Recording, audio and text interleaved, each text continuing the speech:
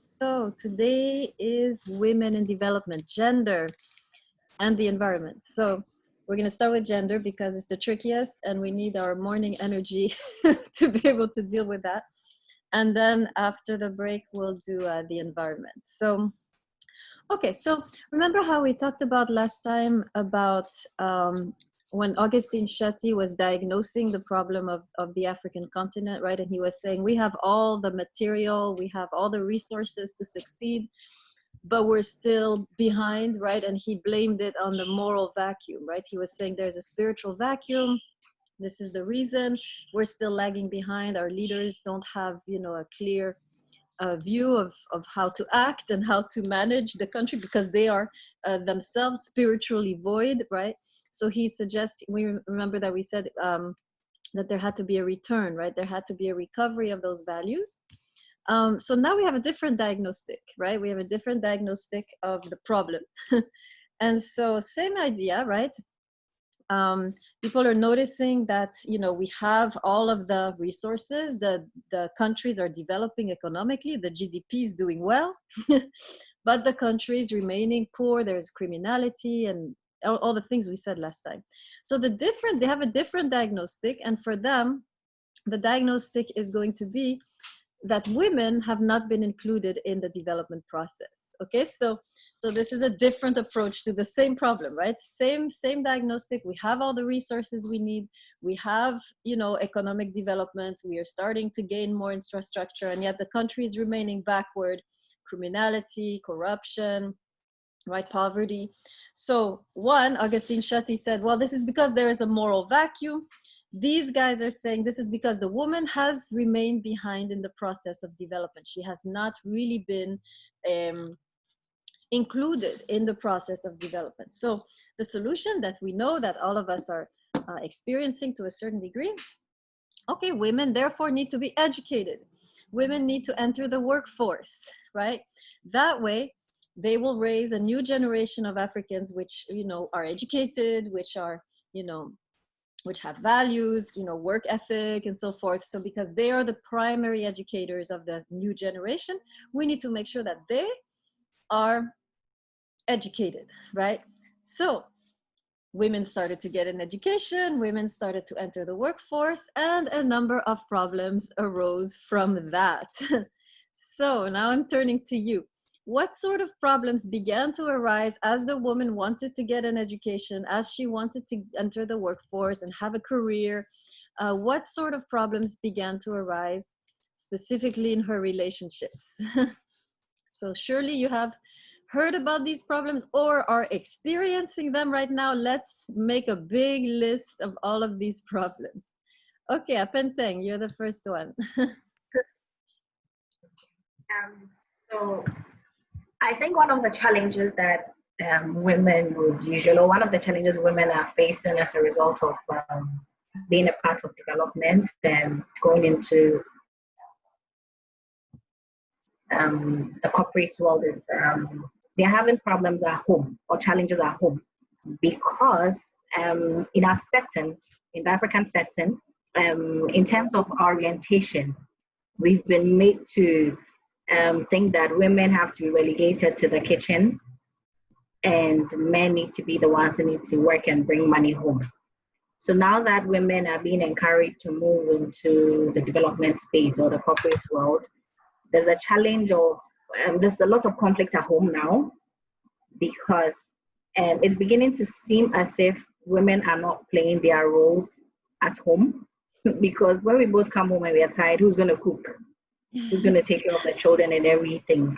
So it's more challenging for women because the men still cannot bring themselves to think that now we are sort of at par and you're ignoring your responsibilities at home. So that is a challenge for them. Okay, very good. I see here Uwinesa saying there's a poor, can you explain a little bit, Uwinesa, what you mean by poor moral education of children? It means before women were staying at home, they were staying enough time with children, but when they started to develop their career, they don't stay at home long time. In several countries, they have someone to come and help to educate children. So children, they don't have more education from their parents because the parents come in the evening. They don't have time to have a good education of good values. Excellent. Very true. Yai, go ahead. And then how? Yes, if I can say something about the women education and the challenges that they are facing.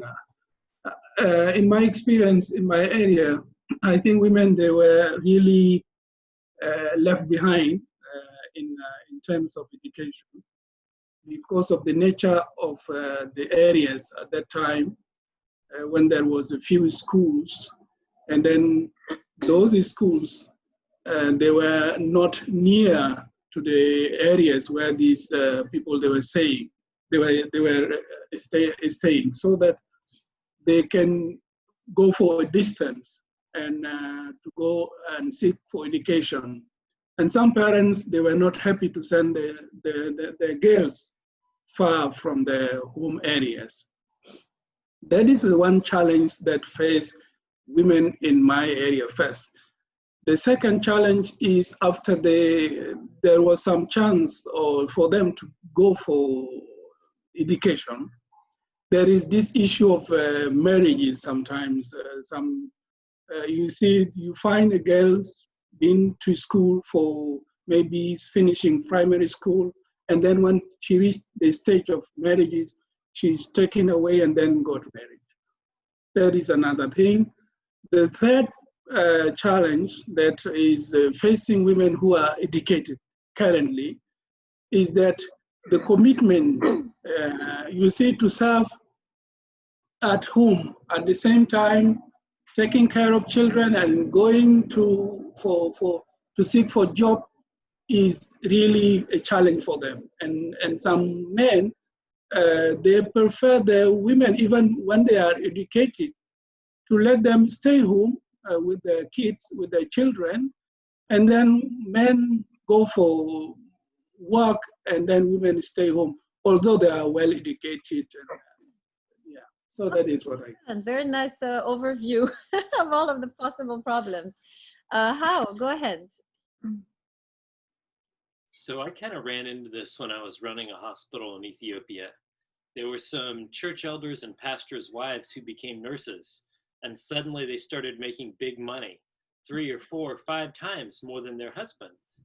And then because they were controlling the money, they started controlling the direction of the household. So the way in which their husbands tried to reassert control was by beating them. And there was nothing really in the society it was almost kind of somehow acceptable. And it got to be a really serious sort of a problem. And then a bunch of the other nurses, kind of to Sophia's point, decided forget this, let's not get married. So they didn't. I saw these issues feeding into each other from start to finish, because we started a nursing college. It was a great nursing college. It was the highest rated one in our 30 million people part of Ethiopia, but it had all these problems. Excellent. So now there is not only a problem of the fact that the woman is not fulfilling her role, there is also an issue of submission, right? She's not submitting anymore because she's the one who is the head now, right? The husband was supposed to be the head of the household, but because she makes more, she is now the head of the household. And so everything is upside down, right? Absolutely. Apenteng, is your hand raised from before, or you have something new? No? Okay. Anybody else? Let's get it all out, guys. Okay. So, Willis, go ahead, Willis. Yes, I just want to add something there, that the problem at home in the African setting is that when the women get education and they get formal employment, so in the morning, the man and the woman leave, they go to work. In the evening, they return home at the same time. But the African man believes that the woman should not be tired. They are all exhausted, but the woman should not be tired. She has to move in and start the house chores while the man sits and watches news on the TV or goes through the daily newspapers. She has to attend to the children, prepare everything. She sleeps late. and the other emotional roles, they wake up at the same time and leave. So I think that's a problem. Okay, very good. All right, yes, absolutely, right? There's a problem for the, so both are in a way suffering, right? The man is suffering because he sees that his traditional role has been subverted, right? Everything is upside down in his life. And the woman suffers because she's now doing double chores, right? Double work from before. So we have to look at this and we have to figure out what is the right way to go about this, right? When I usually teach this class, I have very mixed audience. This class seems perhaps a little more cohesive, right, in terms of the issue. But I often teach classes, so when I have been teaching over the years, I have had pretty, how shall I put it, the same problems laid out. And of course, the main issue that came out was the issue, two issues, right, that I see are repeated over and over again over the years. The issue of submission, right? We know that the woman, I mean, we know from the Bible, right? And even traditional cultures in general, across the board, including many biblical texts, right? The woman is to submit. Now, if she's earning most of the money and she's in control of the finances, she's going to be the head and not the man, right? And this, in a way, for many people, is not only disturbing, it's also seen as problematic on the spiritual, on the religious level, right? So there is also a religious justification for the fact that which shows that which brings out the problem even more, right? So that's the first issue. So let me write it down. We're going to look at these two issues, right? So we have the issue of submission, which many people bring up, and I'm sure you've encountered in your conversations, right, with men about the topic, right? There's the issue of submission, which, and of course, it seems, right, to a certain extent that the biblical text is agreeing, right, with this notion that the woman needs to submit, and if she's not submitting because she now has all the money, there is a real problem, a problem not only which is material but spiritual. And then the second one, right, is the problem of the roles of man and woman, right? There is some roles that have been established over centuries of traditions and culture, and you know, the woman is meant to be in the home and the man is meant to be out, you know, hunting and gathering, and the woman is home.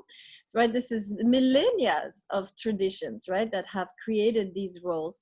And now all of a sudden the woman wants to subvert this, right? So we are here in the perfect moment that we were talking about last time of conflict, right?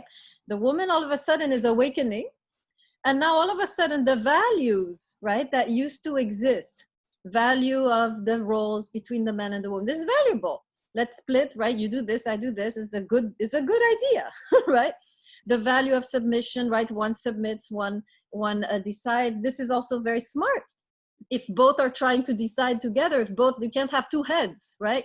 If both are the heads, this is not good. It's good to have one who is, you know, kind of following and one that is leading, right? Makes sense. So these values, these traditional values and even biblical values to a certain extent worked for centuries. But now all of a sudden we have a conflict, right? The woman doesn't want to submit anymore and she doesn't want to stay in her role, right? So now we have two paths, right? We have the path of let's hang on to the old values, which we saw is a dangerous path because it leads to eventually the disintegration of the marriage, right? We saw that if you hang on to the old values, I mentioned the conflict in Syria, right? Hanging on to old values for dear life, not expanding the values, not upgrading the values, will eventually destroy the relationship. And we see this, right? Women choose to be single. Women choose to divorce their husbands, right? We are seeing right now the disintegration of marriage, which has to do less with the woman, with the conflict. It's not the conflict that is disintegrating the marriage, right? I want to emphasize this because many people say, it's because, you know, the conflict. No, it's the way the conflict is handled, hanging on to the old values. So what I would like to suggest here as a way to resolve the conflict is what we have seen yesterday. Can we broaden? Can we upgrade the system of values? Do we have to stay in the old way? Is there not a broader way to do this, right? Everybody following what I'm saying on this topic? You can put your hand in the screen if you see, right? Okay. Now, if you start talking like this, and many people in the African continent are Christian, right? They will tell you, that's nice, but the Bible says very clearly, right? And especially in the writings of Paul, right? It says the man is the head of the woman and the woman should submit. And it says also, right, that there are certain roles, right? And so we cannot expand or upgrade because we believe in the Bible. You don't expand and upgrade from the Bible, right? So today, for your pleasure, I would like to go and look at the Hebrew concept of gender relationships, right? So I'm going to go even before Paul, right? I'm going to go way back to the book of Genesis, to Genesis 1 and 2, which is the original blueprint, right? Then things begin to change, right? After the fall, the dynamic is shifted. And then you have the writings of Paul, which in my analysis are less Hebrew than Greek, right? Remember, Paul was a dual citizen. He was both a Roman and a Jew. So he has elements of Hebrew thinking. He has elements of biblical thinking, but Paul also has elements of Greek thinking, right? Remember that Rome at the time was entirely, the main civilization under the Roman rule was a Greek, right? So there are many things in Paul which in fact are more Greek than Hebrew or biblical, right? So I would like to suggest that first we go to the Genesis 1 and 2 to really figure out what is the original blueprint. And then I would like to go back to Paul and see if we can filter out the Greek, right?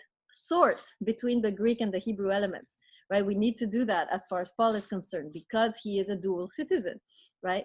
Everybody following me so far?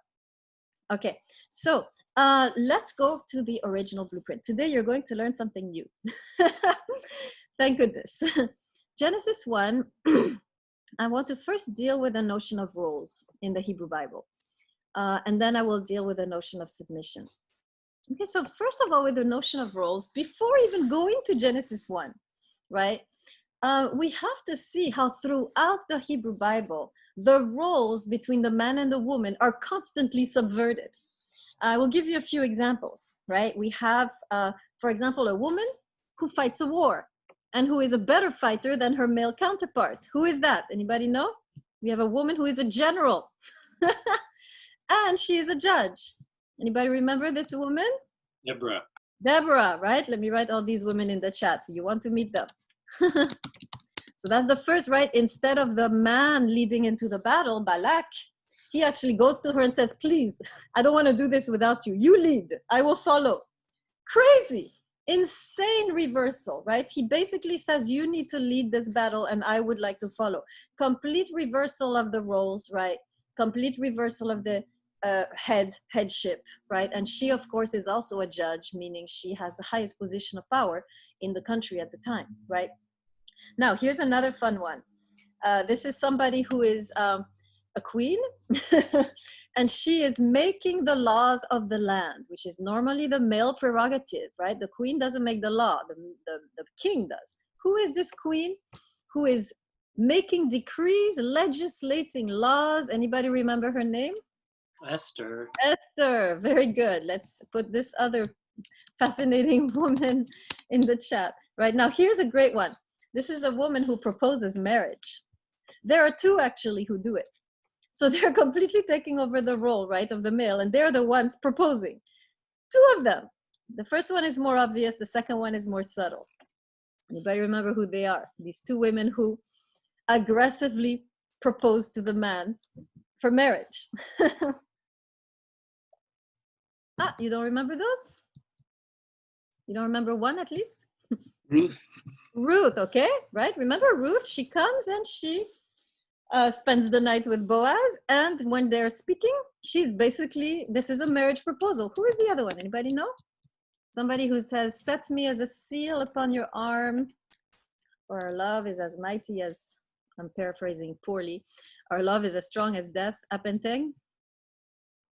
I'm not sure, but is it the lady who enticed, is it Joseph? Oh, no, not her. No. I'm quoting from that text here of that woman. Set me as a seal upon your arm, or upon your heart, I think, and upon your arm. And then she says, for our love is as strong as death, as no waters can quench that love. I'm paraphrasing poorly. Nobody remembers this passage? I don't think this is what you're thinking of, but Bathsheba basically did this to David. Yeah, she kind of tricked him into, she got pregnant. Very nice. But it's not her. It's the Shulamite in the Song of Songs. Right? Hold on. I'm writing her down. Right? This is, if you've read the Song of Songs, you would know this passage, right? Where she's basically taking the lead in the relationship in general already, right? But then towards the end of the book, this is a proposal of marriage. Set me as a seal upon your heart, upon your arm. She's basically saying, make me yours forever. Let's have a covenant, right? Okay, so let's see if there's any, no. So you get the idea that Hebrew women, right? Unlike Greek women, right? We're going to talk about Greek women when we talk about Paul, but Hebrew women in general, in the Hebrew Bible in general, has no concept of fixed, rigid roles, right? The man has to be this, the woman has to be this, God decreed, right? So we see already throughout the stories, but when we go to Genesis 1, it becomes even clearer that there is no fixed role to which the man and the woman belong. So let's go there right now. I want to go, I don't have a Bible as usual. I want to go to the passage in Genesis 1, which has to do with the creation of man and woman. So who would like to read that for us? So you skip all the, the 6 days, and you get to the part where God is creating the man and the woman. Who would like to read that? Apenteng, is that a hand? You know what? I'm going to use that hand to get you to read that passage. Go ahead, Apenteng. Sure. Okay. So starting from where he created man in his own images, verse 26. Okay. Then God said, let us make mankind in our image, in our likeness, so that they may rule over the fish in the sea and the birds in the sky, over the livestock and all the wild animals, and over all the creatures that move along the ground. So God created mankind in his own image. In the image of God, he created them. Male and female, he created them. God blessed them and said to them, be fruitful and increase in number. Fill the earth and subdue it. Rule over the fish in the sea and the birds in the sky, and over every living creature that moves on the ground. Then God said, I give you every seed-bearing plant on the face of the whole earth, and every tree that has fruits with seed in it. They will be yours for food. And to all the beasts of the earth and all the birds in the sky and all the creatures that move along the ground. Thank you. Everything. It's good, Apenteng. We're good. All right, great. Okay, I want you to notice several things.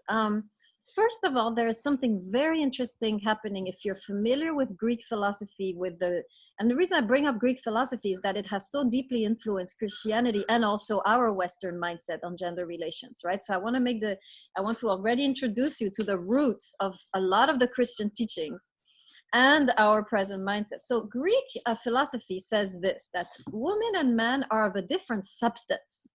The woman is more earthly, she's more material, and the man is more spiritual, more intellectual. So they distinguish, they say actually they have a different substance, right? They're created in a different substance. So I can write this in the chat, right? The woman is connected to the earth, to the material, and the man is connected to the sky, to the intellectual or spiritual realm, right? And the Greek who talks about this, Aristotle, right? He's the one who's making these diagnostics. He's saying, the reason I'm saying this, he's saying, is that actually when you look at the shape of the body, so he's actually, as Aristotle was also a scientist, so he was interested in, scientific phenomena. And he noticed there's a difference in the shape of the body. The woman, he says, the hips tend to go down like this, right? And the man, the chest tends to go up like this. So just the body shape, right? The man is more connected to the heavens and the woman is more connected to the earth. Everybody follow this, what Aristotle is saying here? It's interesting. He goes on to talk about the submission of women, right? And the way he argues for the fact that the woman should follow and not lead is as follows. And I find the argument fascinating. He notices, because he's a scientist, that there's a difference of body temperature between the man and the woman. The man has a higher body temperature. The woman has a lower body temperature. This is true, right? But then he continues and he says, well, because the man has a higher body temperature, this means that he is more energetic. And because he's more energetic, it means that he's a better leader, right? He has more energy to lead. The woman has a lower body temperature, meaning she's more passive, she's more slow, sluggish, and therefore she's more naturally prone to following, right? So this is kind of the mindset. So make sure you remember these two things by Aristotle, right? First, the woman is more material, the man is more spiritual.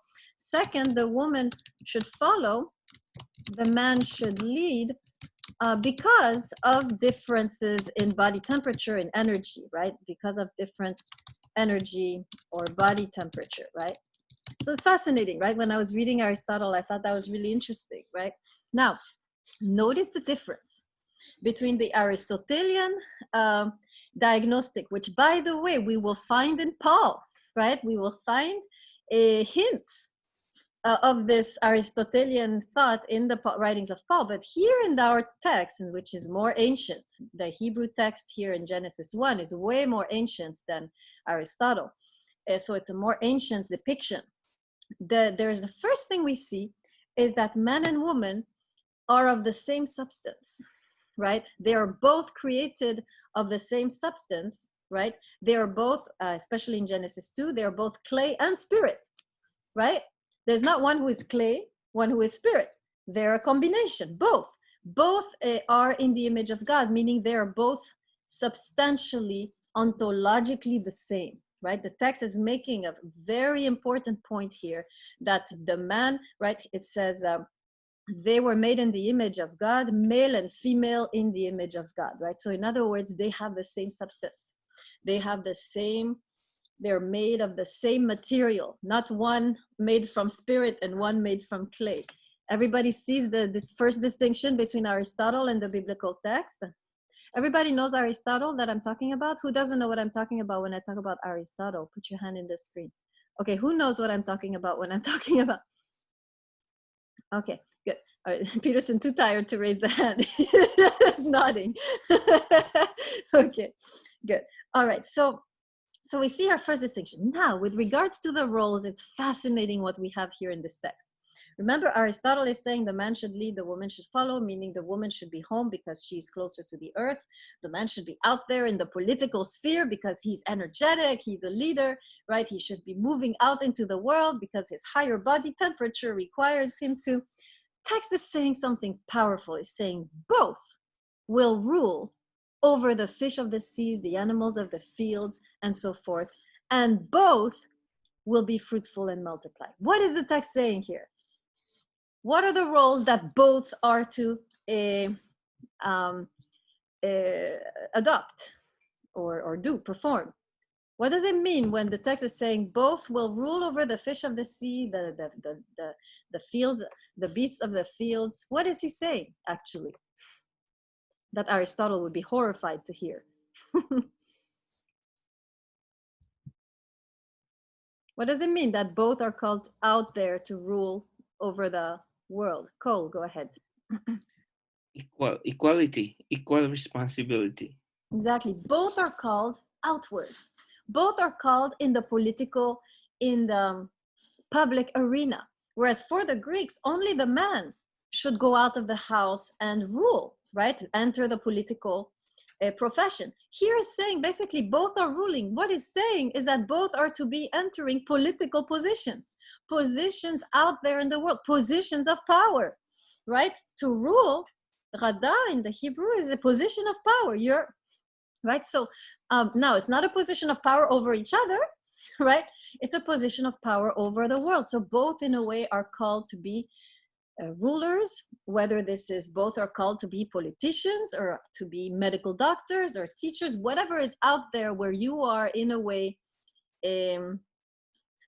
where you have a kind of responsibility, this is what it means to rule. How? Go ahead. So if you look at these two things, the be fruitful and multiply, filling the earth, subduing it, having dominion, these are basically sets of bookends. So in every area, from the most intimate stuff to the overall leadership, they're doing it together on the same level. So these activities in the text were not chosen randomly. It's the entire spectrum from a couple different directions. It's saying this and this and this and this and all this stuff in between you're to do together. Excellent. I love it. It's an inclusio, right? We have the biblical technique of the inclusio when you say that, for example, the alpha and the omega, it means everything. So from the most intimate to the most public, right? Notice, right? I want to just clarify what Hao is saying. So I just mentioned they're both to rule out there, have positions of responsibility in the world, but they're also both called to be in the home. When the text says be fruitful and multiply, this is intimate sphere. And so what we're seeing is that just like the woman is called forth into the world here by this text, alongside the man, of course, likewise, the man is called, the opposite of forth, called in with the woman to be in the home, right? And ultimately, like Hao is saying so well, it is an inclusio, meaning you have the most intimate, the most public, and therefore everything in between. This is a biblical technique, right? To say that basically all responsibilities are to be done as a couple, in partnership, right? There's not one doing this and one doing that. So if the man is coming home and reading the newspaper, like one of you said, right? He is not fulfilling his God-given responsibility, right? To be part of the home, right? To have home responsibilities. Okay, everybody seeing what we just did. This is a very powerful argument for your future conversations, right? Because many people will tell you, they will invoke Paul. I'll deal with him in a second, right? I wanted to go to the blueprint. And you now have a passage, right, to shed light on why biblically it's okay for the woman to go forth. And it's okay biblically for the man, in fact, required for the man to have responsibilities at home, whether it's cooking or cleaning or the kids. These are home responsibilities. It is not below the man to do home responsibilities. In fact, it is required according to the biblical text, right? Shumko, go ahead. So in light of what we're talking about, the equality, and what it says in verse 26, let us conceive a new creation, humanity made in our image. So both male and female are made in God's image. Therefore, does that mean that female is equally need to be a spiritual leader of the family as a man? It seems like they are to partner in everything, right? So Paul later, of course, is shifting this, in my view, under the influence of Greek thought, right? But the early texts are basically saying, I think Hao puts it very nicely, in all things, they are to be partners. So including the spiritual leadership of the home, they are to be partners, right? So this is so new to us because we are so steeped in Greek thinking. We have forgotten the Hebraic view, which is the biblical view, right? So yes, the text would say all responsibilities are to be shared, right? Whether it's cooking, cleaning, the money, making money, deciding what to do in the home, spiritual leadership, this is supposed to be done as a couple. Why? Because if you have just one doing it, you don't have the full image of God, right? You don't have the full divine will taking place when it's just one doing it. It's only when they work together that you have the full divine will that is being done, right? Does that make sense, Shumko? Yes. So thinking further about because many people justify women not being in the leadership positions in church or not being pastors because it was Eve who took the apple and offered to Adam. So Adam is therefore more like God and a woman is not. So does that say the opposite? Yeah, so what you're mentioning is the moment of the fall, which is not the blueprint, right? So what is tragic about our church is that it is following Genesis 3, whereas it probably should be following which is not the blueprint, which is the distorted version of gender relations. Whereas we have a blueprint, and so why not follow the blueprint, right? That would be my question, right? To the church, we have a blueprint telling us that both are to be in leadership positions in all levels. Why are we going to this moment after the fall? Now, having said that, what is happening in Genesis 3, if you read the way that God talks to Adam and Eve at the end of the eating of the fruit, actually he blames Adam and not Eve. If you read carefully, he tells Adam, "Cursed is the ground because of you." Right? He's not telling this to Eve. To Eve, he's saying, you made a mistake, here's what's going to happen. But to Adam, he basically says, because of you, the world has fallen, not because of Eve. And we have flipped this. And under the influence, I believe, of Greek thought, when commentators have read this passage, whether they're church fathers or rabbis, they have read it with Aristotle in their mind. And so they have blamed the woman, which is a very Aristotelian thing to do. But what we know from the text itself, when God is talking, he's basically telling Adam, you are responsible for the fall of the universe. Cursed is the ground because of you, not the woman, the man. So the man, his sin is actually deeper, more heavy, has a heavier impact than the woman, right? Do you see what I'm saying? Whoever it was I'm talking to. Who was I talking to? I've forgotten. Shumko, was that you? Okay. I got so carried away. Am I making sense, Shumko? Do you see a little bit? If you guys want to learn, I've written about Genesis 3. And if you're curious, I would like you to look it up. It's on the internet. It's called The Woman's Curse. And you just look under my name, Abby Dukan, and you will find it immediately. And you can read about how I actually interpret this text in a way that shows that both are equally, and perhaps Adam even has a heavier responsibility, right, in what happened. How? Go ahead. Well, I don't want to pontificate on Genesis 3 when you're the expert on it, but I do think it's worth mentioning a couple things. And it kind of links to what we discussed back with Abraham, right? Because there are some prophecies in Genesis 3. This is the sort of stuff that's going to happen as a result. There are a lot of prophecies in the Bible that are not necessarily about good stuff, like the fall of Jerusalem, right? And I think there's plenty of examples throughout Scripture where when there's that sort of negative prophecy, God expects us to kind of argue with him. And then there's the opportunity when through our actions of repentance or whatever, those consequences can indeed be avoided.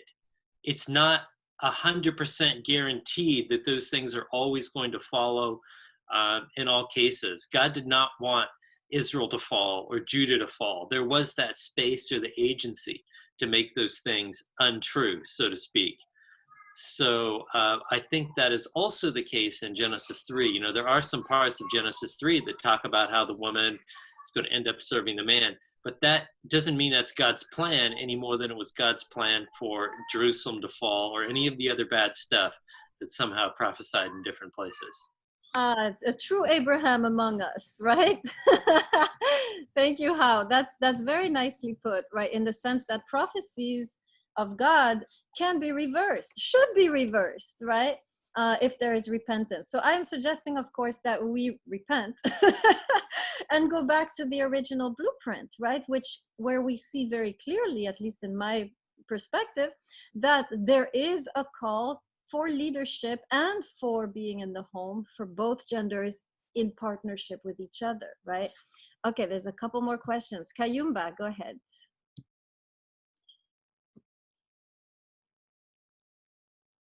Kayumba? Now, can you hear me? Yes. Yeah, Professor, I just have a small question. I was wondering why God blame Adam, and the Eva was the first one who take the who made the sin. Let me say like that. That is my first question. Okay.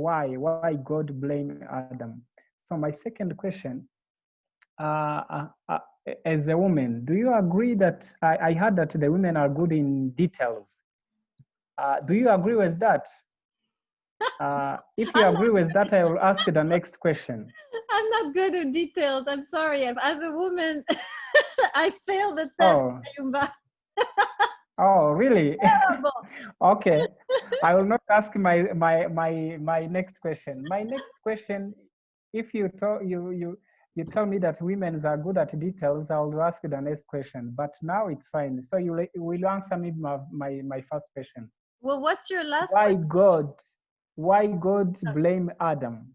So for this, I will refer you to my article on Genesis 3, which Rod has very beautifully put in the chat. Do you see it, everybody?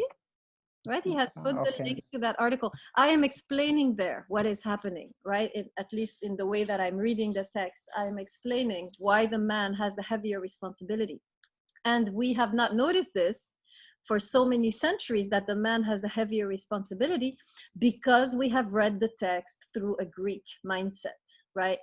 And so if we read through a Greek mindset, and the Greek mindset is always that the woman is the one who is, she's material, she's corrupt, she's weaker morally, and the man is stronger morally, right? This is something that Aristotle says. Because the man is more spiritual, right? He's stronger. Because the woman is more material, she's more perverse, more corrupt. And so we have read with Aristotle ringing in our ears. And that's why we didn't see that actually in the text, the man is the one held responsible for what happened and not the woman, right? So I really invite you to read. This is, I'm leaving you on purpose in suspense, so you will, so you will read. Okay, so Okay. now we can Thank you. see, right? I hope we can see that there in the biblical text, there is certainly the possibility of upgrading our moral values, right? For a long time, it has worked for us to divide the roles, right?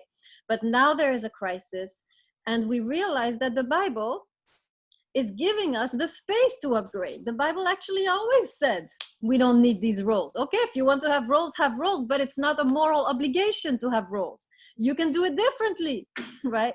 So that's what we are first seeing here, in my view, with the notion of the man and the woman, right? Okay, are we ready to move to the notion of submission? How? Sure, you can read and send a summary to everybody. I like that. Good. Anything else before we move to the very, very thorny notion of submission? Anything else that you want to say or comment? Okay, so let's move into the notion of submission, right? So we're going to look at Genesis 2. And I would like somebody to read the section in Genesis 2, which talks about the creation of the woman. Who would like to read that? I don't know the verse. I don't have a Bible with me. So who would like to read the section on the creation of the woman? I'm going to randomly call. The last person who was in the chat. Ah, Cole, that's you. You are the one who is going to read. We need you to unmute. You have to unmute. Which one is that? When the woman is created, whenever that is, chapter 2.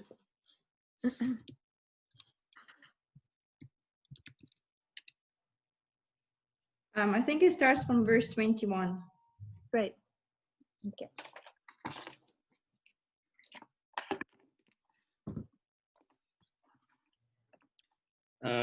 Can somebody read it? Sorry. Where's your Bible, Cole? Isn't it next I'll to read it. That's fine. Okay, I just opened it. Genesis. Sorry. I'm caught.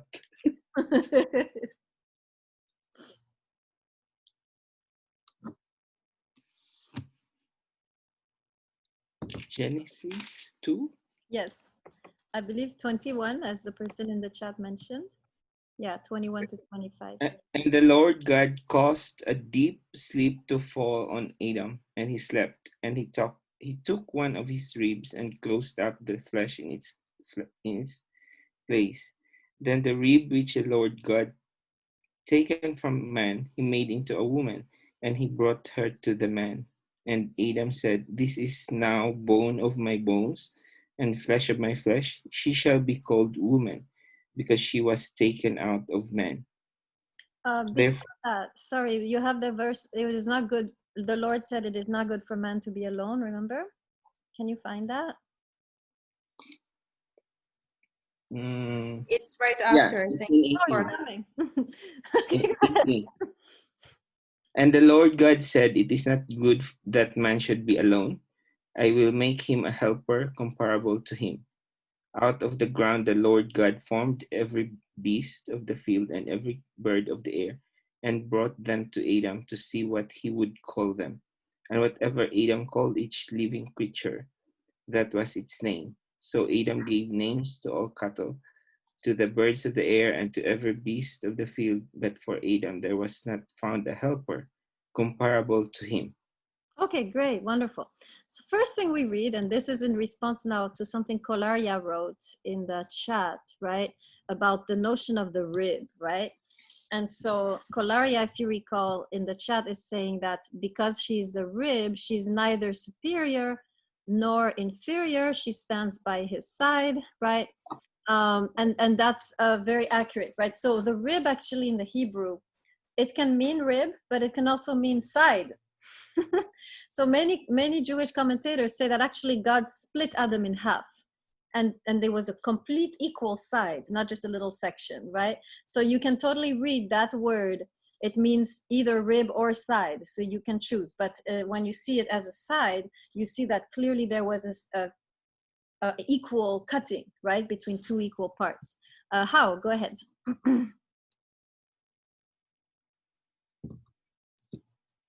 How? Whoops. Just as we kind of saw in the last passage, verse 24 is super relevant here about a man leaving his father and mother.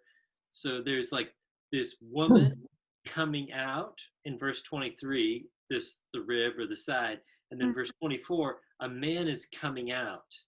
So they come out together, and that's what you see the woman's coming out, and then the man's coming out, and that's I think links back to verse 19, which talks about them being comparable to him, like on the same level.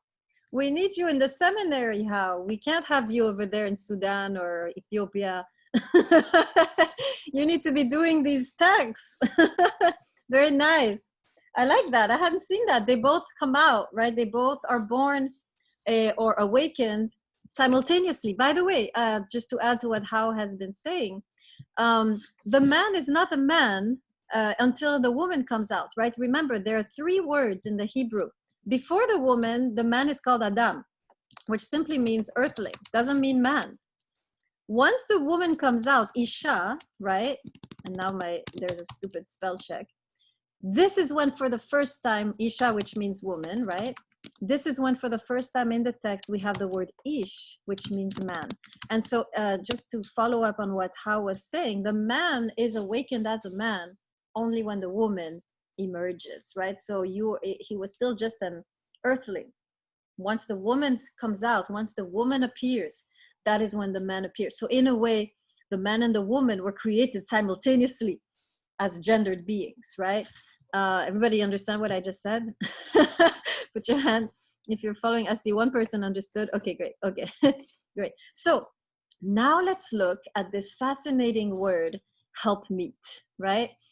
Which has been so perversely translated over the centuries that we need to look at it, because this is where we're going to see what the biblical stance is with regards to the submission of women, right? So helpmeet, in the Hebrew, let's do some Hebrew, ezer kenegdo, a helper like him, right? So helper, the way we translate, helper is translating the word ezer, And like him is translating the word kenegdo.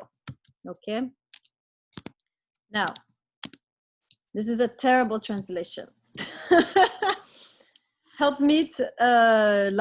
her like him is a terrible translation of ezer kenegdo. So we're going to do this again. First of all, let's look at the word ezer.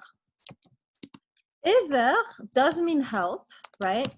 But it's a very specific kind of help.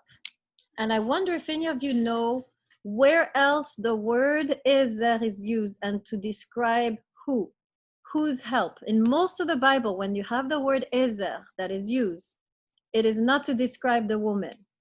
Anybody know who is described mostly in the Bible by the word ezer? So Shunko, you're on the right track, but I'm looking at the Hebrew Bible. Apenteng. I was gonna say Holy Spirit too. Yes, we are in the New Testament. But you're close. In the Hebrew Bible, when for example, David says, I raise my eyes to the hill, where does my what? Yes, where does my help come from? This is the word ezer to describe God. Okay, so ezer has nothing to do with helping the man, by fixing his dinners, or helping the man by typing his dissertation, or helping the man by playing the piano when he's preaching, or by being the nurse when he's the doctor, right? Ezer is a powerful attribute of God. In the Hebrew Bible, in most of the Hebrew Bible, when you're reading the word ezer, it defines it is connected to God. And so what we're realizing here is that ezer is one of the attributes of God. And again, I want you to see how powerfully different this is from the Greek view of the woman. Remember what I told you with Aristotle, right? The woman is more earthy, more material. The man is more spiritual, right? And I didn't tell you this before, but I'm going to make it more precise now. For Aristotle, because the woman is more material, she's less moral than the man who is more spiritual, right? So there's really in the Greek idea that the woman is naturally immoral, perverted, right? Corrupt. Why? Because she is a more material being than man, right? And we know that the material or the flesh, to use Paul's language, is corrupt, right? So here we have the reversal.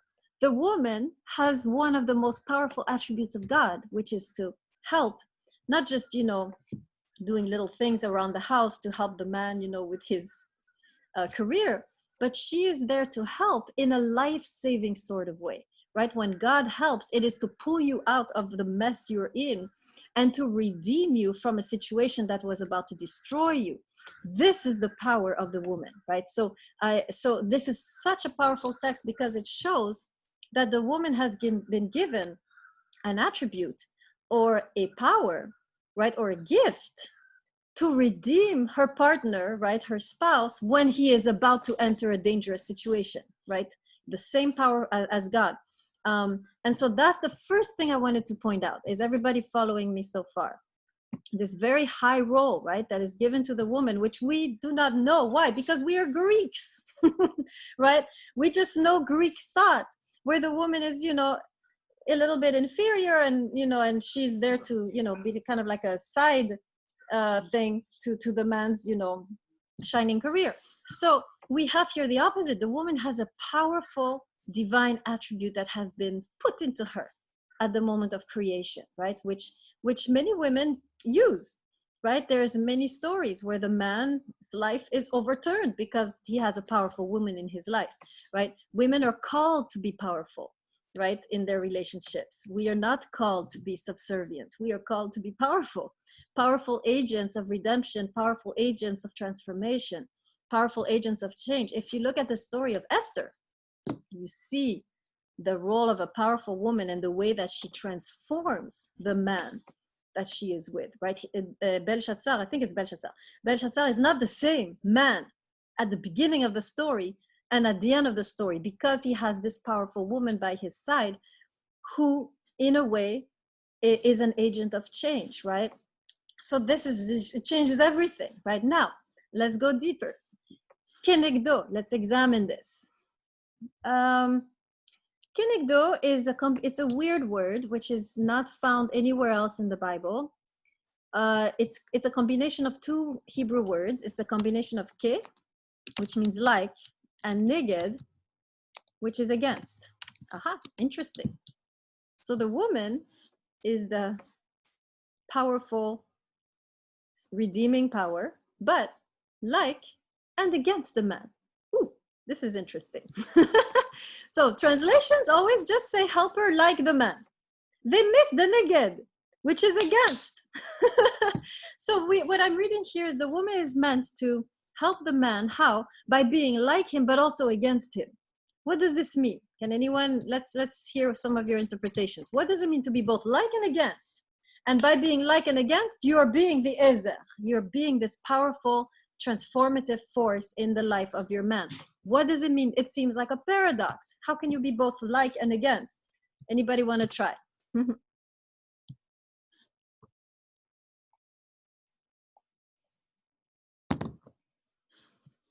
Let's see. Yes, How is understanding something all of a sudden. Let's see. How, go ahead, and then Shumko. Yeah, I mean, Professor, you obviously thought about this class before you taught it. So, you know, I think if conflict is and tension is framed in the way in which it was framed yesterday, then this makes a great deal of sense. You know, the iron sharpening iron sort of concept.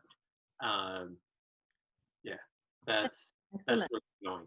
So we're seeing that the conflict, right, that the woman is meant to, yes, she's meant to support the man, of course, to be like him, but she's also meant to resist the man. And this entails that there are moments in a woman's life where she cannot submit to the situation, where she has to resist and confront and disagree, right? And what we learned yesterday is that this conflict is good, right? It's the possibility for the couple to upgrade, right? So we are seeing here that the woman is both an agent of support, and we know this, right? This already we know, but she's also an agent of conflict, of a disagreement, right? Shumko, go ahead. I wasn't going in that direction of conflict, but what I had in mind more of a balancing and complementing part where it's not the same, but different, but not necessarily against, just different. Yeah. Diverse also. You're right to a certain degree, except that the word neged means against, literally. So this is where we know that it is more than just a it would be nice, right? I like what you're saying, complementary, but neged really implies the notion of going against, right? Neged literally means against.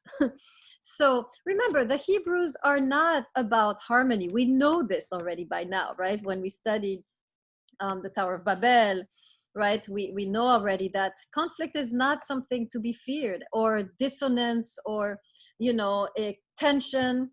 This is not bad, right? We know this even with Abraham, right? He was somebody who had no problem entering into conflict with God, right? So that's why I'm, as you know, if I'm in the Hebrew context, I'm not worried if I see the word neged. On the contrary, it becomes interesting. It spices things up.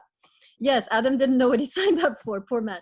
Adam, actually, I have to say, we're talking a lot about the woman, but there are a lot of really amazing attributes that the man also has. And in my view, one of the attributes he has is the attribute of love, right? The way that he acts throughout the whole time, up until the end, is a powerful, loving intention in that man, even more than the woman. If you read the article I wrote, you would see that, right? So, okay, so now you're seeing, right, and I just want to add a little thing about this ezer kenegdo, right? This idea that the ke is connected to the neged, like and against, for me is very powerful, because this is giving us a path as women, how we are to enter into conflict, right? And I think, Shumko, you will like this, right? We enter into conflict while maintaining the like, right? In other words, I disagree with you, but I still love you, right? I don't want, I am in conflict with you over this point, but I remain connected to you, right? I need things to change around here, but I will stay, right? This is the tension. There are two kinds of women right now in the world. The first woman is just kid, just like doing everything, you know, passive, victim, enduring everything, saying nothing, right? There's no ezer in that relationship. There is no transformation when a woman is never saying anything and is passively enduring everything, including abuse and so forth. Then you have the second kind of woman, pure neged. Oh, you don't want to change this? All right, well, you're going to be alone now. Goodbye, right? And she leaves the relationship because she is not capable or willing to deal with the problems, right? Pure neged. The text is giving us a third way, a middle path. The key to effectuate transformation in a relationship is to connect the two. You are neged, but you are also loving. You are against, but you are also with, right? We saw this with Abigail yesterday. She was against, disagreeing with David, but very loving, right? You will be the king. I see this for you, right? I envision this kind of future, and yet do not kill, do not do this. Do you see how Abigail is the complete mixture of both Ke and Neged? She's able to confront in a loving way, right? And this is the path which genuinely brings redemption to a relationship. Not being just Ke, not being just Neged. This is the two types of women we have today, but combining both. Right? Are you following this? Is everybody seeing what I'm saying? Right? This is the right. This is the tension we need to have. I saw a hand. Cole, go ahead. How can we reconcile that with the verse saying, "Your desire shall be for your husband or for your man"? Again, you have to read my. You have to read my article on Genesis 3 because Genesis 3 is so complex. I mean, if you want, it can be the bonus, one of the bonus classes. I can go over what I wrote in the article on Genesis 3 and a lot of your questions can be answered. How many of you would like a bonus class on Genesis 3? Nobody. Okay, 1, 2, a few of you. Okay, maybe we'll do that, right? That way, some of your questions, because Genesis 3 is very intricate. And if I start to answer, I have to talk about everything, right? There, all the pieces are interconnected, right? So, so I need more time. But yeah, again, just to how I think resolved it very nicely. He said, well, Genesis 3 is another time period. The blueprint is in Genesis 1 and 2. And so it is better to go straight to the blueprint rather than going to the modification of the blueprint. That occurs in Genesis 3. Although what I argue in my paper is that Genesis 3 is about redemption. It's not a curse, right? This is one of the things that I argue for, right? Okay, good. So this means, right, going back now to Paul, that the woman is not called to submit, at least in Genesis 2. She's called to support while also maintaining the ability to resist and to disagree, right? So this idea that the woman should submit to the man as to the Lord is not perfectly in line with this particular passage, right? So I would like to say that, so now going to Paul, just to finish with Paul. Paul, in my view, is a very complex personality and he can be very easily misunderstood, right? On the one hand, he speaks like a Greek when he says the woman needs to submit to the man, right?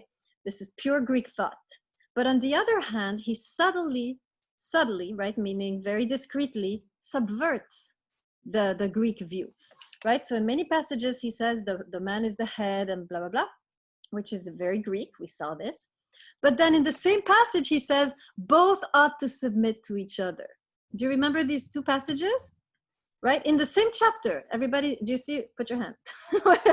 If you see what I'm saying. So Paul, remember, he's somebody who is always trying to meet his audience where they are. So there are many passages where he's going to sound like a Greek philosopher, where he's going to sound like Aristotle. But then right around the corner, he's going to upgrade, right? Over and over again, he does this. If you really read the text, he begins Greek. Yes, the man should be the head of the woman. And then right around the corner, he flips it and says, actually, both need to submit to each other. And so this is how I'm seeing Paul slowly bringing his audience to an upgrade beyond the Greek view towards the Hebraic view. Remember, he's a dual citizen. He knows both. So he's trying to draw his Greek audience, at least in the way I read it, towards the Hebraic view that we have in Genesis 1. So there is no true contradiction, I think, between Paul and Genesis 1 and 2. It is just the way that he is bringing his audience, starting with a Greek view, slowly deconstructing it in order to reach an upgrade, broadened perspective, right? So Kayumba is asking, does that mean the Bible has mistakes? No, I'm not saying Paul is making a mistake. I'm just saying he's starting where his audience is. And from there, it's an evangelization technique. And from there, he's bringing them right around the corner to an upgraded view, right? So what I'm saying is that we need to be intelligent when we read the Bible and see what the author actually trying to do, right? Instead of reading stupidly verses like idiots and saying, it says that. We don't see the whole progress. There's a process in the way that Paul reads the text, Paul teaches, right? And we need to follow. Remember, Paul is not a dummy, right? Paul is not some idiotic disciple who was, just living in the Galilee, the Sea of Galilee. Paul was a Pharisee. Is a very sophisticated mind, right? So we have to be pretty sophisticated to really follow Paul. The problem is that most of the interpreters of Paul are not sophisticated enough to follow him. So they're not seeing, right, that he's moving from the Greek to the Hebrew. And we have to be, if you're going to read Paul, you cannot read him without having some type of sophisticated mind, because he is very sophisticated. Am I making sense? Does that make sense? Where are you? Where were you? The person who asked me. Who was it? Let me go back to the chat. Kayumba, that was you. Kayumba, are you? Do you see what I'm saying? Yes. Yeah. Yeah.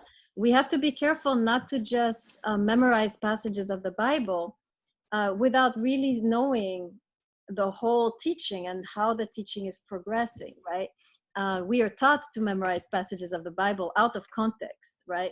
We are not taught to read a given verse in the context. And so very often we actually misread the given verse, right? That's the idea. Okay, Hao, go ahead. Yeah, but first of all, pardon for the background noise here, because I've got my girls in the house and they're getting ready to go be vaccinated, and they're not really thrilled about that. So you might hear some wailing. I like to make baskets sometimes when I have the time. And in order to do that, you can't bend the wood into the shape of the basket immediately. It's going to break.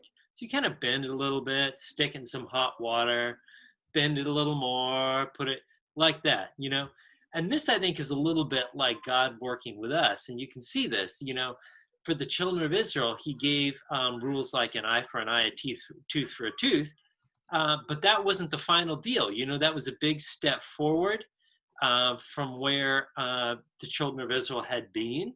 And he took them as far as they could go without just totally breaking. Later on, when Jesus came on the scene, he said, well, that's what Moses said, but I'm calling you to a higher standard. So I think, unfortunately, even though there are some areas in which we can see in the historical narrative where there's progress made, in other areas, the human condition may have been sliding backwards. And the way in which gender is dealt with is one of those issues.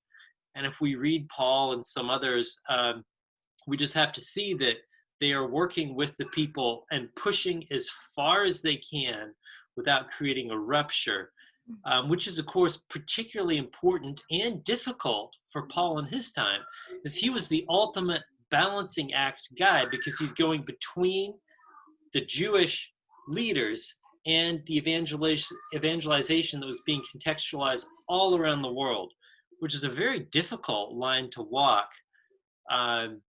So I think I think that's the only way to read some of these scriptural passages that seem to be in tension with each other, is just as the eye for an eye, tooth for a tooth kind of got expanded and deepened through Christ's teaching. Perhaps originally in Genesis, things were further progressed in gender than they were in the writings of Paul. But Paul was just pushing his audience as far as he possibly could. His views on gender were actually far in advance of those of his audience. So Paul was just pushing as far as he could, just kind of like the speech on Mars Hill, saying, you've got these gods, well, let me tell you how I think it is. He could have put it in another way that would have been more offensive. So I don't know, that's just my thought. But for me, the basket makes sense. You heat it up, bend it a little bit more. That's God working with us, because we're just pretty frail humans in our own context. Very nicely put with the basket image, right? Just like there is a progressive revelation. I think that's what we need to see throughout the Hebrew Bible. There are different upgrades. Jesus is actually a huge upgrade with regards to the religion of Moses, right? The way that Moses taught, Jesus in a way is not going against, but he's expanding, right? Which is why he was so controversial, right? He is the agent of conflict, Jesus. In the end, he dies, right? That's how powerful his disruption was. But what we see with Jesus is not a destruction of the Mosaic law. It is an expansion, an upgrade, right? So, and Paul is doing the same thing. He's starting with the Greek and he's trying to upgrade, right? This is what we're seeing over and over again. Even in the Bible is constantly upgrading itself, right? In front of our eyes. Excellent. Okay, any other concerns or views or comments or questions about the notion of submission of the woman? Okay, let's go briefly and read, and I'm so fascinated each time I see correspondence between the Hebrew text and contemporary philosophy. I would like us to read a text by the feminist philosopher Irigaray. She's a French feminist, so Luce Irigaray, that's her full name. She's one of my favorite feminist authors, right? She's writing, right now she's still alive, right? She's one of the most prominent feminist thinkers right now that we have. And her notion is so close to the Genesis 1 and 2. It's very powerful how she's talking about this partnership approach, right? The fact that the woman needs to become herself so that she can better partner with the man. Those are the two views of Irigaray, right? Number one, the woman needs to become herself, needs to know herself, to voice her views, to become, right, her authentic self. Why? Not to be by herself, the CEO of a corporation, but in order to enter into an equal partnership with men. Where she's not just, supportive actress, how do you call it? The second actor, how do you call this in English? Supporting, is that it? Supporting actor, right? You have the main actor, and then you have the supporting actor, right? So she has to come to know herself and to know who she is and what is her voice, she says, in order to enter into an equal partnership with men where she's actually contributing something. And only then, she says, and this is interesting, will we have genuine civilization. So basically what she's saying in the context of development is exactly what we've been talking about. Until the woman comes into her own and contributes on all levels, we will not have genuine progress or genuine development in a society, right? For Irigaray, civilization depends on achieving this equality and partnership of men and women in all fields, whether it's in the home or in the hospital or in the church, right? We need to have this partnership if we're going to have the full image of God, right, represented. And so it's very interesting the way she connects, right, so deeply to what we've been saying. Adamovich, go ahead. Let's write down her name. I put it in the chat. Luce Irigaray, you don't. I've been writing to Peter Mansi. Oh my God. Okay, let's start again. Okay, I'm writing everything I just wrote to Mansi. I don't know why I wrote to him. Luce Irigaray. Yeah, really look into her. She has a beautiful writing. She's very poetic. So one, let me write it again. The woman needs to become herself, right? So that she can enter into fruitful, right, partnership with man. And that only when this partnership occurs, right, will we reach, will genuine progress be reached, right? Genuine progress be reached. And she's suggesting, of course, that this partnership has to occur on all levels, right? If you have men monopolizing government or monopolizing theology, you are going to have a very uncivilized approach to government and to theology. Likewise, if only the women are dominating a field, is not good, right? You need both together in all fields if we're really going to reach progress and true civilization, right? Any questions so far? Okay, let's go to the text. This is in the page 10 of the syllabus. Who would like to be our Irigaray today?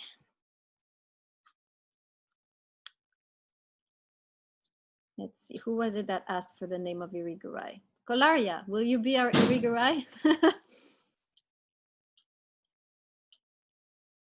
This is the second paragraph on page 10, second and third paragraph on page 10.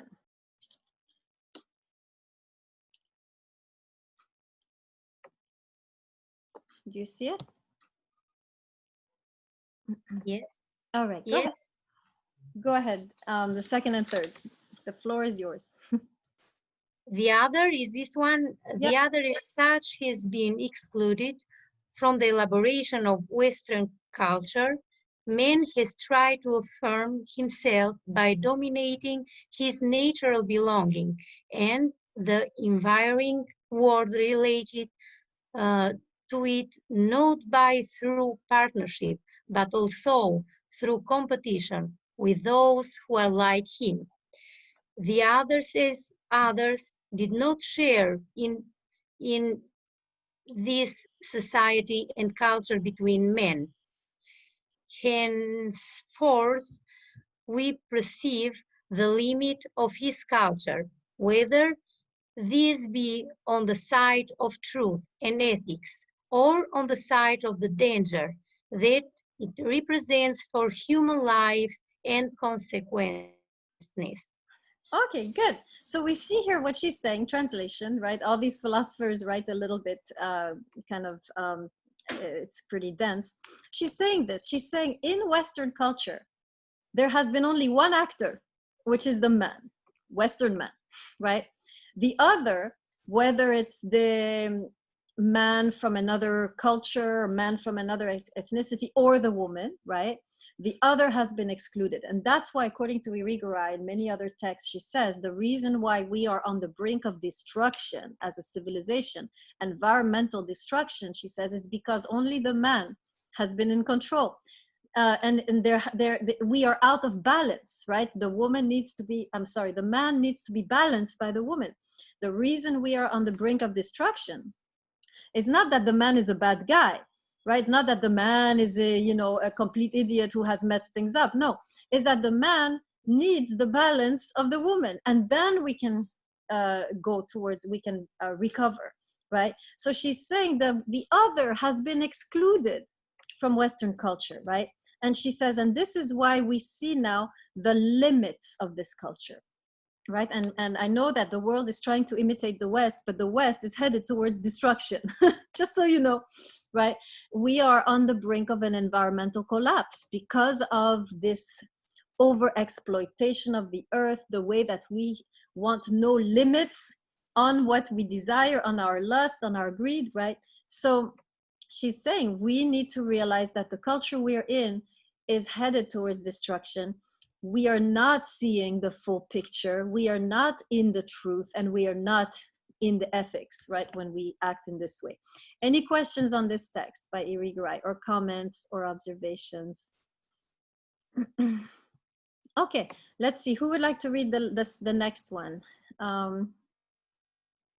This class doesn't like to read. Notice this already. I'm gonna look who is the last person who chatted. Kayumba, you're on. You are the victim. Okay. Next paragraph, go ahead. Page 10. We cannot Do share. you want Page 10, page on 10. Paragraph 3. page 10? Paragraph. Page 10. Can you hear me? Paragraph 3. Yep, we hear you. Page 10, paragraph 3. We cannot share the world as it is already is. The world in which we might coexist is mutual respect, cannot be found on a solo supersensible value, nor can it be based on necessities corresponding to merely a part of humanity that has existed in a certain place on earth and at a certain epoch of human evolution. The world that we can share is always and still to be elaborated by us and between us, starting from the perception and affirmation of what and who we are as a human here and now. Humans who endeavor to use their own energy as well as that arise from their difference in order to create themselves, to help others to create himself or herself while accepting their help, and to create a world in which we can live in peace and happiness while working toward becoming of humanity. Okay, so translation. Yes. Nice work, Kayumba. Translation. She's simply saying, right, that the world that we share, a genuinely shared world, which is for everybody, is still to be elaborated. In other words, we are not there yet. We are not yet truly sharing the world. The West has taken over everything, right? So she's saying we need to begin to not only find ourselves, but to also help the other find themselves, right? So there's here an invitation to the man, right? To help with the woman's awakening, right? The woman is awakening right now, everywhere. She's awakening, and we have a lot of conflict between men and women, right? We have the Me Too movement, which is an example of that, right? The woman is awakening to who she is, to her contribution, to her voice. And of course, this creates conflict. But here she's saying, let us work together. Let the man not resist, right, the awakening of the woman, and even more, let the man support the woman in her awakening, right? Just like the woman was meant to support the man and has, right, throughout the centuries, today there is a call to the man to support the woman in her awakening, right? The woman wants to study, support. The woman wants to have a career, support. The woman needs help at home, support, right? She's inviting the man not to resist or to fear the awakening of the woman, but on the contrary, to partner, to help her, to support her, to nourish her, right? There's a beautiful sermon on this that I want you to watch, on the way that the man now is called to support the woman, whereas before it was the woman who is called to support the man, right? This is a sermon by Touré Roberts. I need to find the title. I'll find the title during the break. But this is, Touré Roberts actually is one of the rising stars in terms of being a pastor in the United States. He is the, what do you call it? Son-in-law of the great T.D. Jakes, which is a big shot in Africa, right? All of you know T.D. Jakes? Okay, this is the son-in-law. I think he's better. He is better, not because he's as, T.D. Jakes is very powerful, right? But Touré Roberts is very cutting edge. He's pioneering new ideas one of which is this notion of the man supporting the woman in her awakening. Remember, he's married to the daughter of T.D. Jakes, who's a very strong woman. So I will find the title. I really, really suggest you watch this sermon once I found the title, because he's so cutting edge, right? He really, in my view, is one of the pastors who is prophetic. He's able to see the next dimension. He's able to see the next paradigm, right? In that sense, I find him to be prophetic. He's not Adventist, right? I confess, he's not Adventist, but he certainly has a prophetic vision, I think, which is worth hearing. I'll find the title in a second. Good. So this is what she's saying, right? Let us help each other and support each other so we can have this partnership and build the world together, right? Okay, any questions so far? No? You guys are tired and sick and tired. Okay, I'm gonna put you, do you need a break and then we do some breakout groups, like, or do you want just to go to the breakout groups? Oh, there's a couple questions, sorry, let's go there. Uwinesa and then Kayumba. Yeah, let's talk, go ahead. Yeah, I have a question for Western people, like people who live in United States. How do you feel about submission? How do you feel as women, like you are equal or partner to men?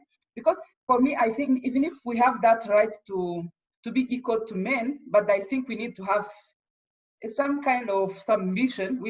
Each house should have a head. We can't have two heads. Even in the office, have someone who is responsible. He involves other people, but there is one person who is responsible. So for you who are living in Western culture, how do you feel, or what is your experience about the submission of women? Okay, love the question. All right, where are the Americans and the Europeans? Peterson, how? Shunko, would you like to? I agree. There can be two heads. I agree with everything that Professor was saying, but I mean, if we're responsible for the fall, then I feel like you can't have both. And I feel like there's kind of both being attempted to where it's our fault that the fall happened, man's fault, but then it's not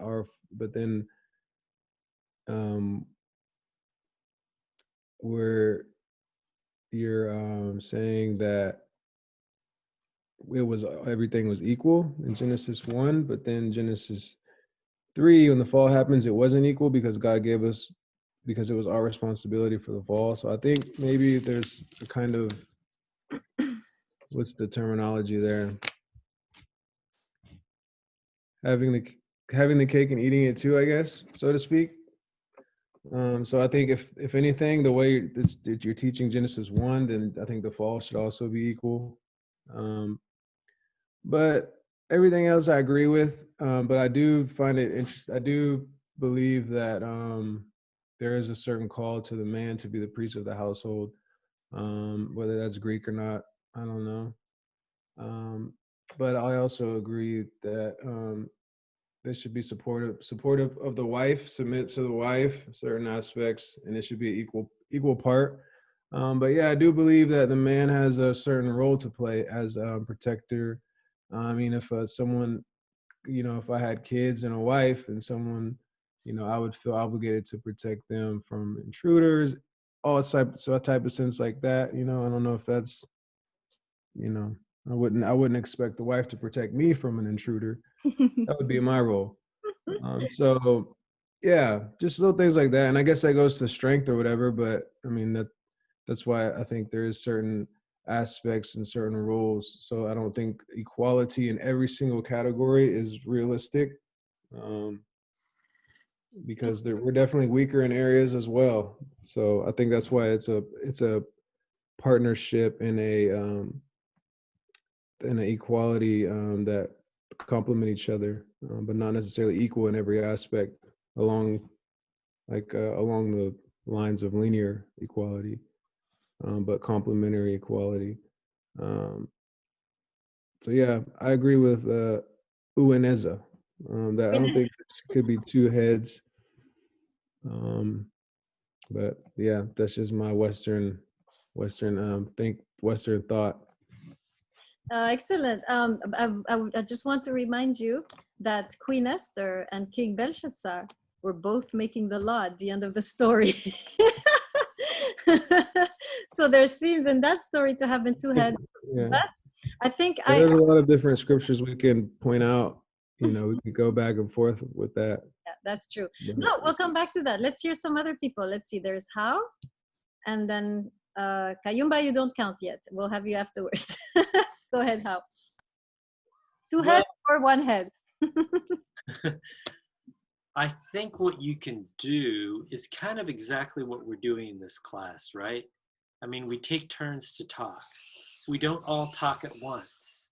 It would not work if every person in this class tried to talk simultaneously. What we do is we have some ground rules and we kind of pass the microphone back between us. And in the same way, in any relationship, there are times when one person leads one area, another, and sometimes it flips. You know, in my wife and I relationship, there have been times when I was in a career that was up to my ears and she took care of all the domestic stuff. And there's been times when it went completely the other way. I think it is possible to, you know, in any given situation, you have one leader, but that does not mean that that same person is always the leader in every situation. And in fact, even within the same area, you can kind of take turns. Okay, nice, How. Any other Western women wanna, Shumko, go ahead. I actually was gonna say same thing. What I've observed living in Scotland is to some extent the same, where women feel comfortable enough to take leadership in some things in relation to family, while men are comfortable enough letting them do that, and the opposite is the same. So it's not necessarily one person leads, they're just complementing being both in the leadership position together. What I personally believe is that as long as all needs and aspects of relationship and family are covered, and regardless whether by male or female, they could I mean, they have to complement, they have to do it all, but it doesn't matter who does it. And like Paul said, they can change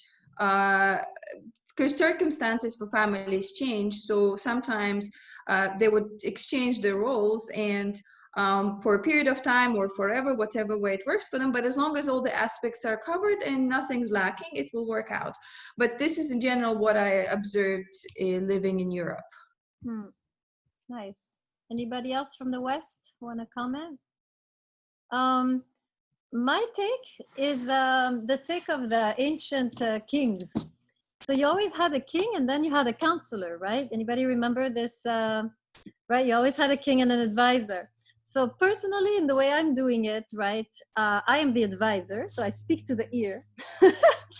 And I am hoping, right, that my spouse will hear, right? And usually he does, right? He's somebody, thankfully, who is able to hear and to be open, right, to my perspective, right? So I'm the legislator and he's the executive branch, right? So in that sense, right, this is the dynamic, right, that I have chosen, is that whatever I'm sensing is important, is good, is wise, I'm going to speak it, right? In that sense, I am leading, right? But then I allow him to do it when and how he desires, right? I'm not making him do it now and in this way, right? I'm just saying, you know, I think it would be nice if blah, blah, blah. And then I step back and allow him to take the leadership role. So in a way, we are both leading, but in different seats, right? We are both in the leadership seat, but in different, right?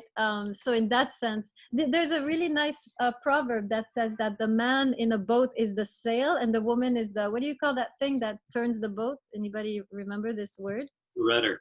The rudder, right? So in a way, right, that you have the sail, powerful sail, and you have powerful rudders. It's two ways of leading. and so forth. And I like the idea what How is saying of sometimes switching. Sometimes he is the one speaking in my ear and I'm the one doing. So I think it is possible to have two thrones, right? Two thrones instead of one. But each throne has perhaps a different approach, right? Excellent. So did we try to answer your question, Uinesa? Yes, it was fun to hear all the ideas. Yeah. Very different. I mean, in the West, we are very different, right? You have the view of Peterson, who is negotiating, right? He's negotiating. Okay, how do I balance this, right? And then you notice even all of us, right? How Shumka and Peterson, we are all trying to negotiate to a certain degree the position. And like Peterson was saying, right? Sometimes it's equal, but it's a different role, right? But what I would add, I think, and agree with Hawan, is that the roles can be flexible, right? So Peterson, you like the ancient kings one? Yes. Very good. I'm glad we come to an agreement. So let's see. We'll have the last narration that is Cole. That's so funny. Did you guys read what Cole wrote? I remember one of our mission directors, when they got married, they agreed the husband will have the last say in every decision, and that is, yes, dear, we will do it. So it's not easy, right? Let's remember that we are in the cutting edge here, right? This notion of the woman arising is a new thing, right? We have to accept that it's a new thing. Whether we regress or progress is our decision, but there is no path yet that is laid out. And so I love the way that Peterson answered, because he seemed to be processing and thinking as he was speaking, because it's not easy to figure out today how we negotiate this, because no one has done it yet. This is a new era, right? We're entering a new era, and we haven't yet found the right approach, right? Okay, Kayumba, you've been waiting a long time. Go ahead.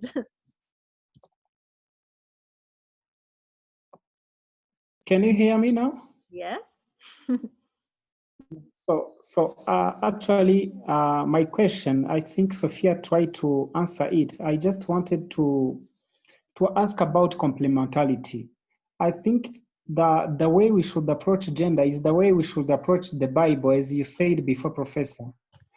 Complementarity is very important, because you are going to correct me, but I know that psychological needs and even physical needs of women, especially psychological needs of women and men, is somehow different. So, and I think God did that because he wants us to complement each other. So I think in terms of, we should avoid such thing of fighting for power. Then we can see how we can complement each other. When I was asking myself such kind of those questions, I found some books I shared in the chat, Understanding the Purpose of Men, the Power and the Purpose of Men, and also Understanding the Purpose and the Power of Women. If you can get a chance, all of you, and you read those books, I think you'll get some good insight on that. So otherwise, my other question, Sophia and others, they try to respond it in their comments. Thank you. Good. I took note of your books. I'm gonna buy them today. Yeah, it is in chat and is available online. Very good. Very good.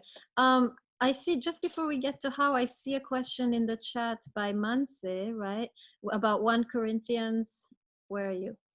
I think he's quoting a Paul, right? With regards to the woman should submit to the man. So as I mentioned, if you read a little further, or I think it's before even, around that passage, you have the opposite passage, Manse, where he says both should submit to each other, right? So what I was arguing is that Paul is starting up with the Greek and moving towards the Hebrew.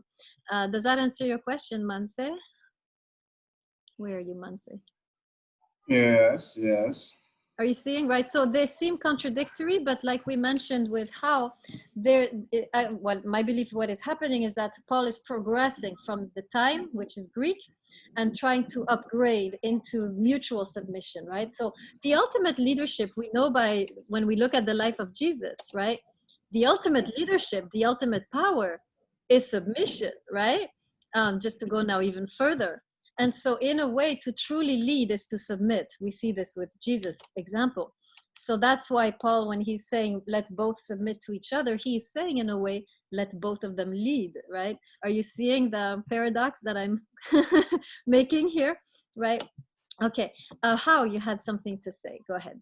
Okay, well, two things. One of which you basically already touched on just now, which is that in biblical leadership, the leader becomes the slave of everyone else. Yeah. So it turns the whole paradigm upside down. Yeah. So, you know, there's not that many women who'd be unhappy with having their husband be the head if that means he's the slave. I don't know. I mean, it's kind of mind-blowing, right? Just like, you know, how a lot of Jesus' teaching are. The other thing is, I think it's important to avoid making generalizations about gender and gender roles. I remember when I was in Sudan, I was playing ultimate frisbee with a group of people, and some of them were from the embassies. I'm a fast runner. I've always been fast. We were playing this game, and then this lady Marine from the US Embassy just steamrolled me.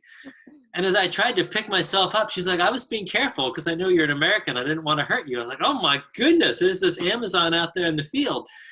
You know, it's really difficult for us to make generalizations that stick, particularly with developments in culture, more and more developments around gender being somewhat fluid.